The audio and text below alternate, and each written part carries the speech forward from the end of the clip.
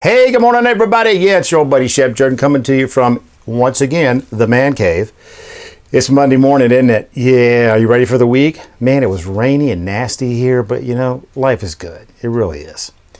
All right, today, a few words, and I hope you're sitting down because, well, it's about temptation. Ooh, yeah, temptation. You know, we could go on and go really deep with temptation, but all I want to do today is give you a little bit of perspective because when you think about it, and most of us don't, temptation goes all the way back to the very beginning, doesn't it? Garden of Eden, the serpent, Eve, remember that? It's a part of our everyday life, but do we even think about it? I mean, did you wake up this morning and go, gosh, I wonder what's going to tempt me today? We don't do that. And typically, our temptations are kind of minor. Kind of like, should I have another donut? Should I really have that other donut? But you know, every temptation has a consequence if we follow through on it, doesn't it? So I want to put some of that in perspective because temptation is a powerful negative force. I want to give you some gold nuggets to help you understand a couple of things, put in your back pocket, and just help you, hopefully, when you run into temptations. Yeah, all right, strap it on, baby, because here we go. It's your Monday morning moment. Time to dive right in.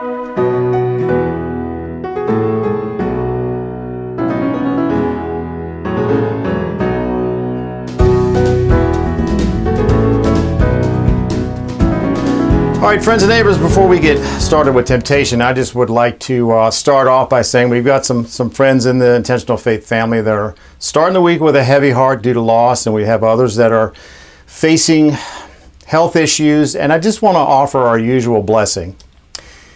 May the Lord of peace himself give you peace at all times and in every way. The Lord be with all of you. Okay. Let's dive right into temptation. You know, what is temptation? Well, quite frankly, it's simply the desire to do something, especially if it's something that's wrong or unwise. So, you know, it's a negative connotation. It goes all the way back to the beginning, doesn't it? So where does it come from? What do we do about it? What does the Bible say? And was Jesus ever tempted? Let's dive into that. So those of you that are in my age group will remember the old comedian Flip Wilson. And Flip Wilson, you can Google him if you're younger. Flip Wilson had this character Geraldine that he did, a naughty girl. And every time that Geraldine would do something bad, she would say, "The devil made me do it." And it was kind of funny, but you know what? That's really how it is. All right, so let me offer up a couple of verses here that kind of help explain things. And the first one comes from the book of James, chapter 1. 13 through 15. Are you ready for this? When tempted, no one should say, "God is tempting me." For God cannot be tempted by evil, nor does he tempt anyone. Did you hear that? God doesn't tempt anyone. But each person is tempted when they are dragged away by their own evil desire and enticed. Friends and neighbors, it's you and me. It's the evil that's in us that comes from the devil that gets us, that tempts us. All right? God doesn't tempt us.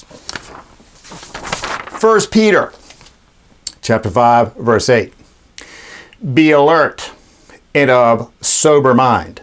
Your enemy, the devil, prowls around like a roaring lion looking for someone to devour. All right, there's more to this from 1 Peter that I'm going to read to you in just a second, but you know, those of us that are looking to blame others, God, for tempting us, God's not going to tempt us. And I'm going to read you a verse later that's just going to knock your socks off. Well, so what about Jesus? Was he ever tempted? Heck yeah. So after Jesus was baptized by his cousin John the Baptist, the Spirit of the Lord took him out into the wilderness for 40 days and 40 nights. Maybe you know this story. And during that time, Satan himself challenged, tempted, tried to bring Christ down 3 times, okay? And Christ was hungry. He was, it was bad out in the desert.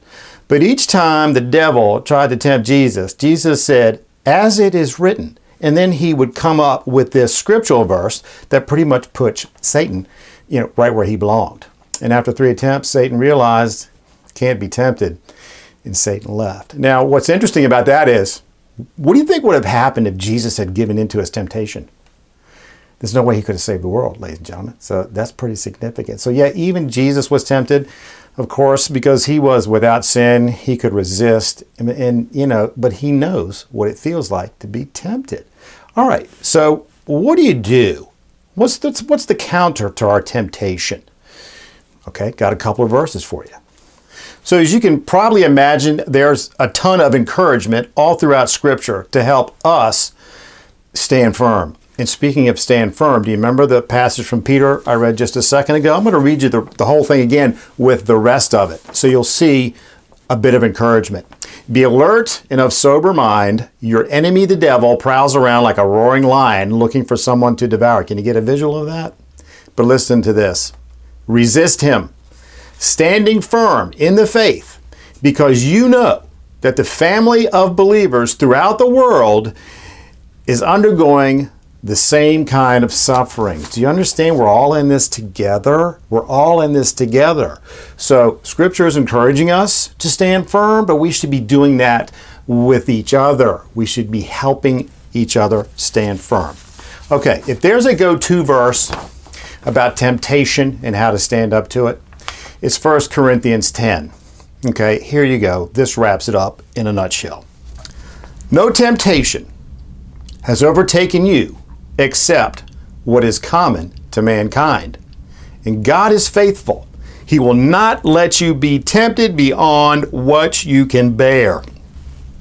Did you hear that? But when you are tempted, He will also provide you a way out so that you can endure it. Mic drop, ladies and gentlemen, because right there in 1 Corinthians, he's saying, God's not going to give you more than you can bear. Not only that, He's going to show you a way out. I've seen it. Most of us my age have seen it. Okay, when you're tempted, when the devil's trying to lure you in to do something you know is not right, man, know that there's a way out. And look for it and go there. And God's not going to give you more than you can handle. So if you give in, the devil, that lion that's prowling around, don't let him devour you. Okay? So have that extra donut maybe. When we do fall into temptation, it feels awful afterward, doesn't it? So it's kind of like temptation, temporary. Yeah, you may feel temporarily good if you give into a temptation, but later it's awful. Okay? So, there's so much more here, but I want to give you a perspective. We're tempted every day. Many times we don't even realize it. There's strength in Scripture, isn't there? All right, friends and neighbors. Man, that's it for today. I hope this was good for you. Lots coming up. We got holidays coming. I got some ideas for you. It's all good. And I'm just grateful for every one of you and your support. Thanks a million. And I hope you have a great week. And we will see you back next time.